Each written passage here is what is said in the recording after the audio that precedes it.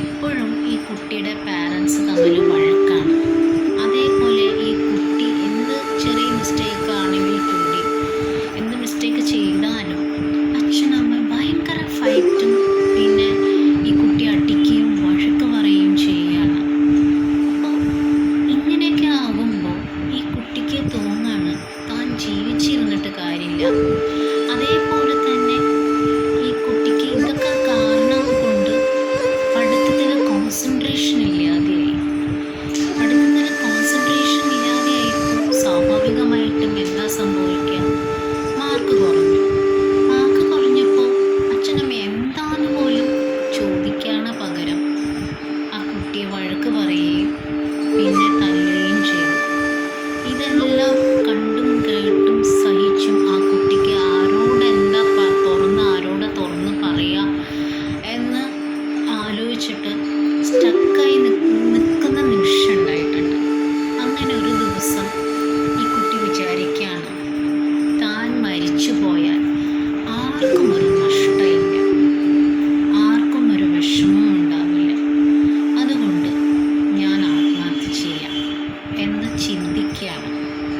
പക്ഷേ എന്തുകൊണ്ടോ ആ കുട്ടി പരാജയപ്പെട്ടു. ആത്മഹത്യ ചെയ്യാൻ പോയ കുട്ടി പരാജയപ്പെട്ടു. ഇതിൽ എനിക്ക് പാരൻസിനോട് എന്താ പറയാനുള്ളതെന്ന് വെച്ച് കഴിഞ്ഞാൽ, കഴിയുന്നതും പാരൻസ് കുട്ടികളുടെ മുമ്പിൽ ഫൈറ്റ് ചെയ്യാതിരിക്കുക. കുട്ടികളുടെ മുമ്പിൽ ഫൈറ്റ് ചെയ്യുമ്പോൾ അത് ഏറെ കൂടുതലും എഫക്റ്റ് ആവുന്നത് കുട്ടികളെയാണ്.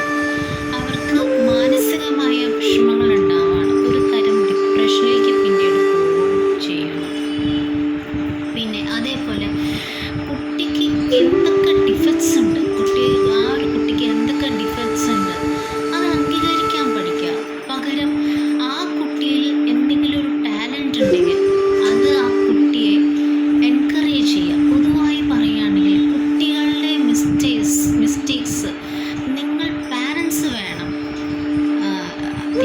അതെന്താണ് തെറ്റെന്നുള്ളത് തിരുത്തി അവനെ സൗമ്യമായിട്ട് സംസാരിച്ച് സ്നേഹത്തോട് ചേർത്ത് നിർത്തി അത് മിസ്റ്റേക്ക് എന്താണെന്നുള്ളത് മനസ്സിലാക്കിച്ചു കൊടുക്കുക.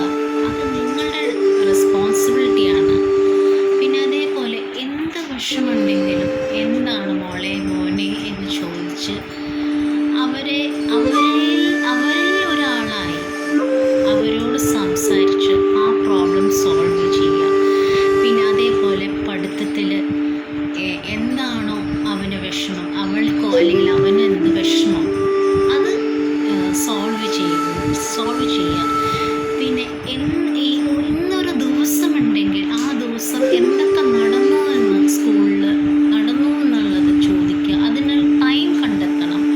എല്ലാ ദിവസവും എവറി ഡേ നിങ്ങൾ പാരൻസ് ആ കുട്ടിയോട് സംസാരിച്ചിരിക്കണം. പിന്നെ നേരത്തെ പറഞ്ഞ പോലെ ഒന്ന് ചേർത്ത് പിടിക്കുക. അപ്പം ഇങ്ങനത്തെ നല്ല സ്നേഹമുള്ള വാക്കുകൾ സംസാരിക്കുക.